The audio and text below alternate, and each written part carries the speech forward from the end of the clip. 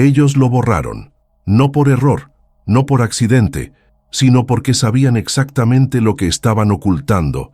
Mucho antes de los concilios que sellaron lo que sería considerado sagrado, ya existía un libro que circulaba entre los primeros cristianos, entre rabinos místicos, entre buscadores de lo invisible, el libro de Enoc, escrito en hebreo antiguo, o tal vez en arameo, hablaba de cielos sobre cielos, de seres que descendieron a la tierra, de ángeles que rompieron leyes celestiales, de una raza de gigantes y de un hombre que no murió, que simplemente desapareció. Pero ese libro fue silenciado, catalogado como apócrifo, excluido como si un sello fuera suficiente para borrar su poder.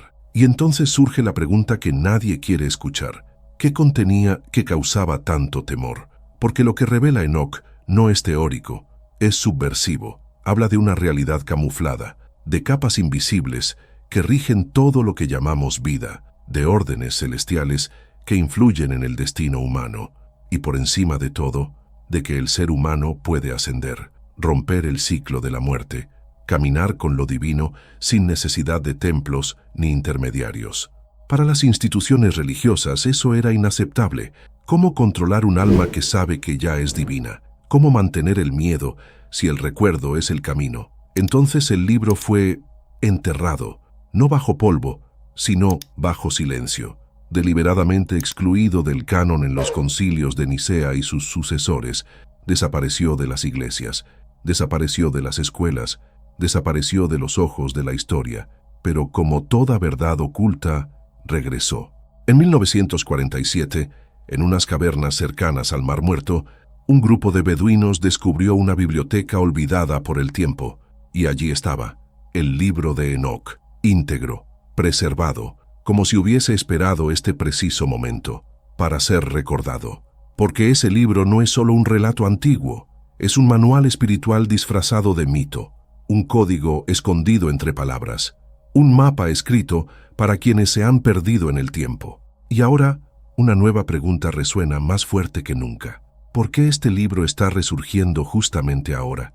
Y antes de que este video desaparezca del mapa, como desapareció el libro de Enoc, deja tu like, revisa si ya estás suscrito y comenta, yo lo vi antes de que desapareciera. No sea que la plataforma decida hacer lo mismo que los antiguos concilios.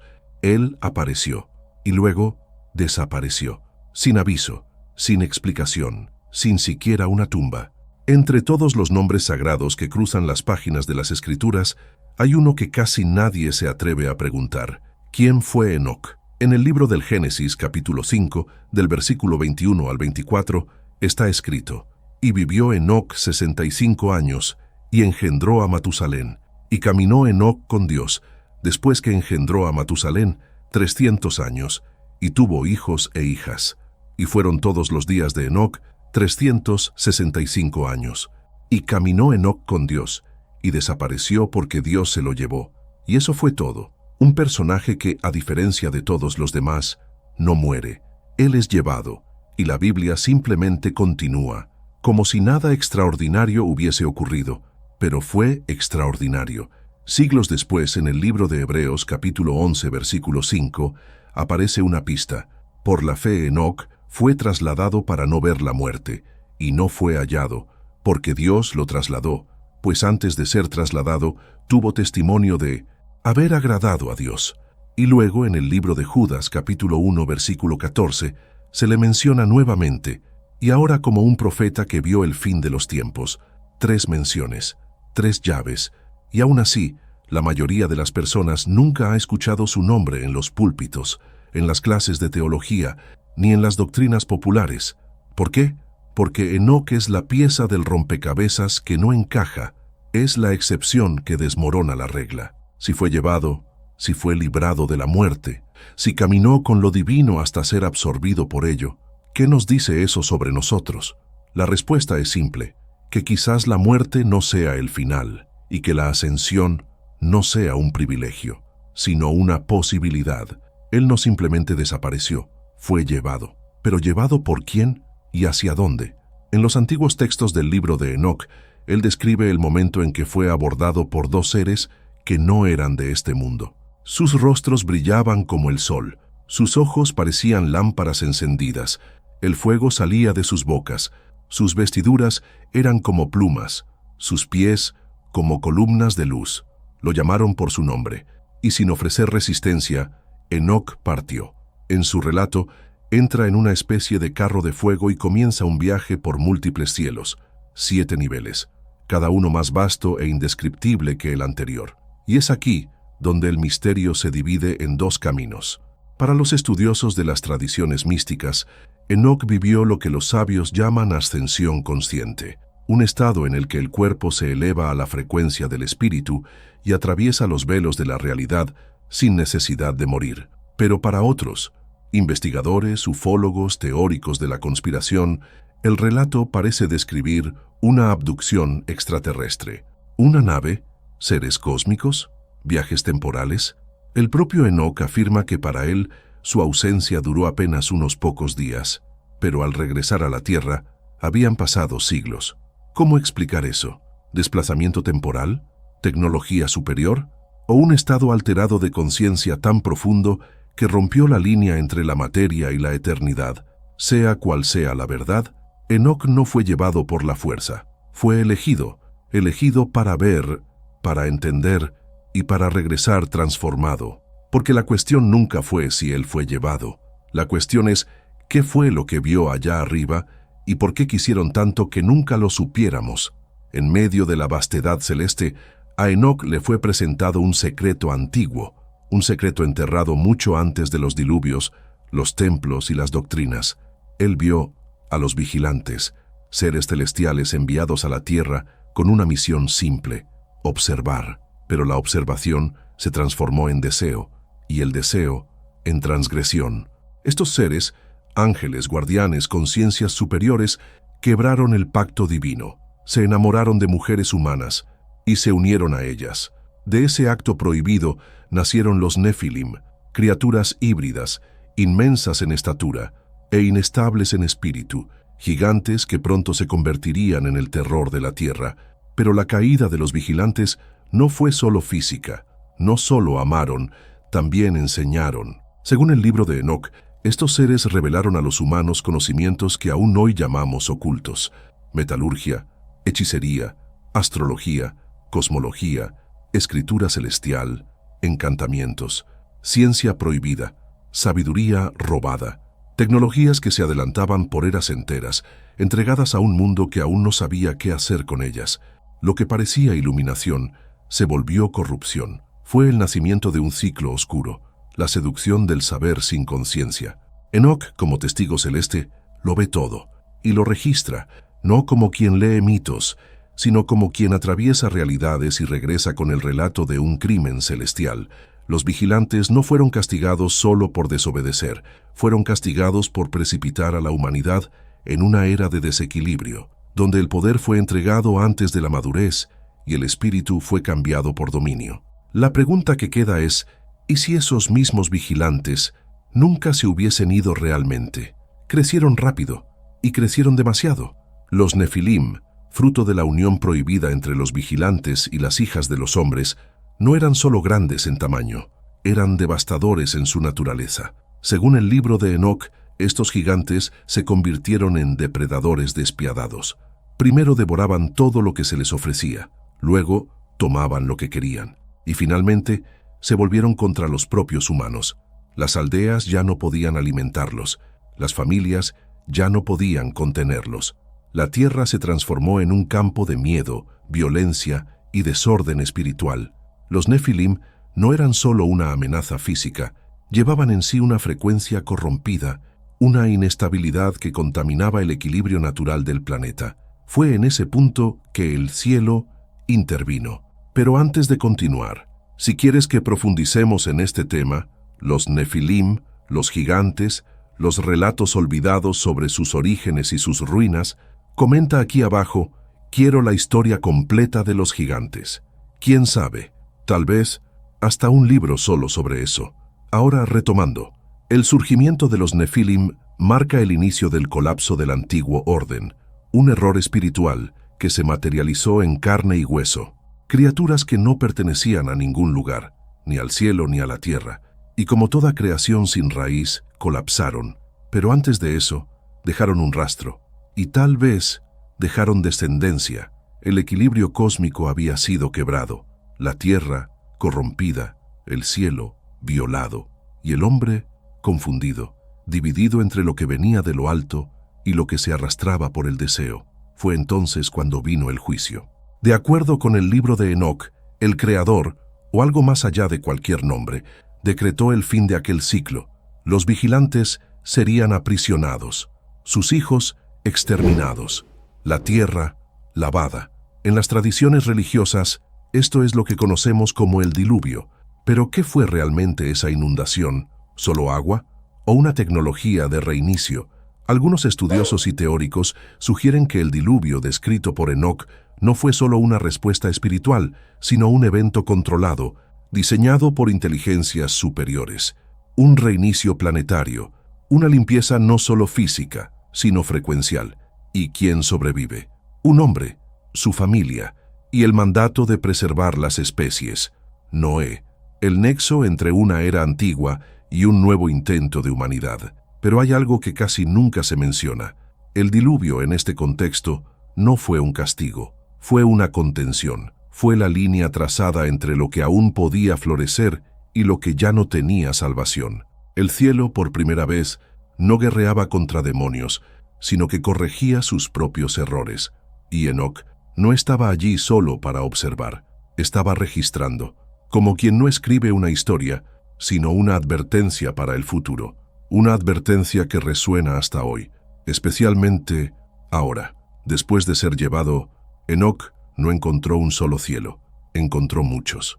Capas, planos, dimensiones, 7 niveles por encima del mundo material, cada uno guardando misterios, criaturas y estructuras que desafiaban cualquier lenguaje humano. No era solo una visión, era una travesía real. En los capítulos 17 al 36 del libro de Enoc, él describe mundos donde las leyes conocidas de la naturaleza no se aplican. Firmamentos celestiales sostenidos por pilares de luz. Seres con cabezas de cocodrilo, pies de león y alas llameantes. Portales que se abren con el sonido y estrellas que cantan. Pero no era caos, era un orden oculto. Cada nivel del cielo representaba una etapa de la existencia. Un mapa hacia el destino de las almas. Un tablero donde fuerzas superiores organizaban el flujo entre la vida, la muerte y la eternidad. En uno de esos cielos, en el más elevado, Enoc se encuentra con aquel que es llamado el Creador de los mundos. Y allí recibe una revelación que desestructura cualquier cosmología convencional. Cómo fue formado el universo, cómo se mueven los cuerpos celestes, y cómo todo está interconectado por una matriz viva de energía, vibración e intención. Ese conocimiento fue registrado no como una metáfora, sino como testimonio. Las palabras de Enoc son de quien vio el engranaje detrás de la realidad y regresó para contarlo, pero no para todos. Solo para aquellos que tienen oídos para oír y ojos para percibir que lo que llamamos cielo tal vez sea solo el primer piso de algo mucho, mucho mayor. No tenían nombres como Miguel o Rafael, no blandían espadas, no hablaban con voz humana y no pedían adoración. Simplemente aparecieron. Según el relato de Enoc, fueron 2 seres que se manifestaron ante él con una presencia avasalladora.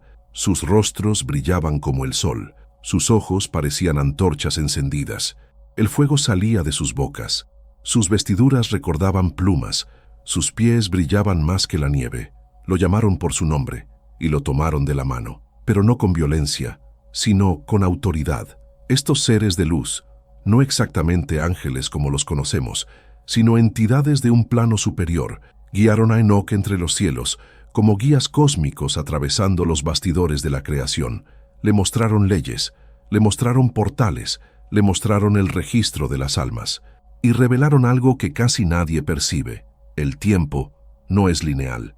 Enoc afirma que pasó pocos días fuera, pero al regresar habían pasado siglos en la Tierra. Esa diferencia de percepción temporal plantea hipótesis que tocan tanto la física como la espiritualidad. ¿Sería eso una distorsión temporal provocada por tecnología avanzada? ¿O Enoc simplemente había entrado en una frecuencia donde el tiempo obedece a otras leyes? Para las tradiciones esotéricas, esta es una experiencia conocida. Cuando el espíritu accede a otras dimensiones, el tiempo colapsa. El ahora se expande, lo eterno se acerca. Pero lo más intrigante no es lo que estos seres mostraron, es quiénes eran. ¿Mensajeros de Dios? ¿Habitantes de otras galaxias?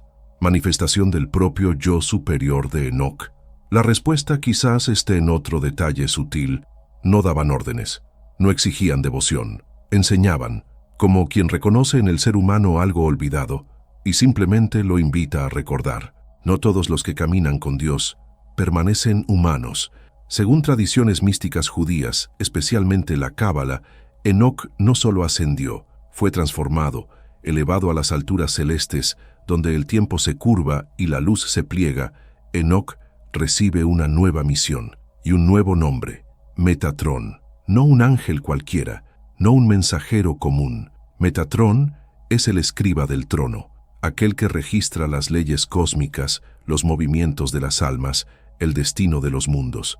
El único que fue humano y cruzó la frontera entre la carne y lo eterno. Su presencia, según los místicos, es tan intensa que ocupa un lugar junto al propio Creador, no como rival, sino como un puente vivo entre lo divino y lo humano. La tradición dice que posee 72 alas, millones de ojos, y que su voz es como el rugido de 1000 truenos.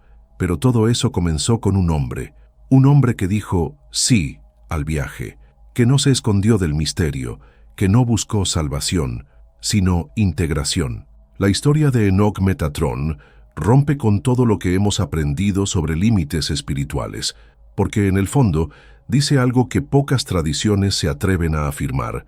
Tú no estás aquí para arrodillarte ante lo divino, estás aquí para recordar que vienes de él y que puedes volver. La ascensión de Enoc no es un premio, es un recordatorio de que el ser humano lleva en sí una chispa capaz de atravesar los velos y regresar con luz en los ojos.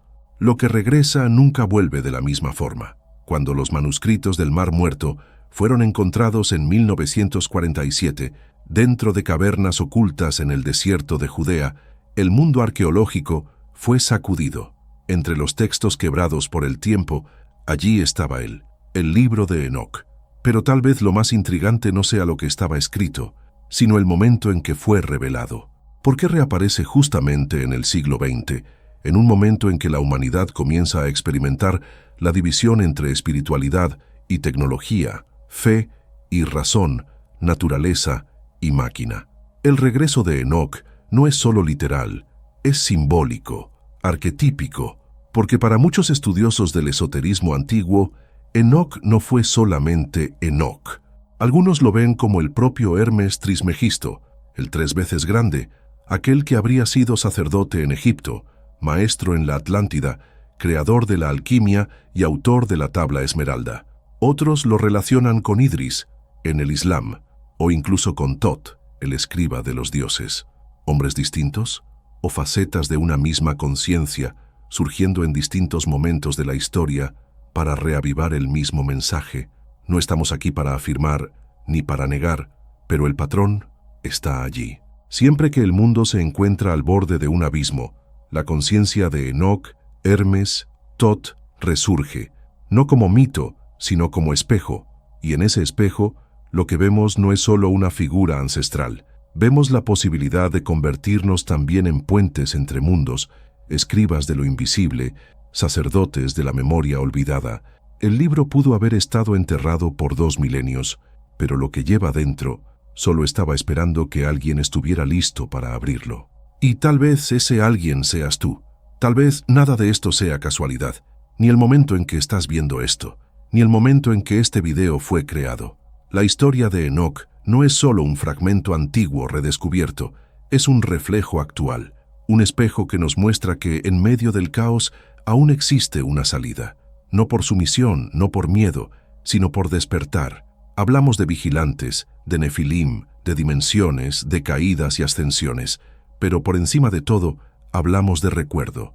Recuerdo de que quizás la divinidad nunca estuvo afuera, siempre estuvo dormida aquí dentro.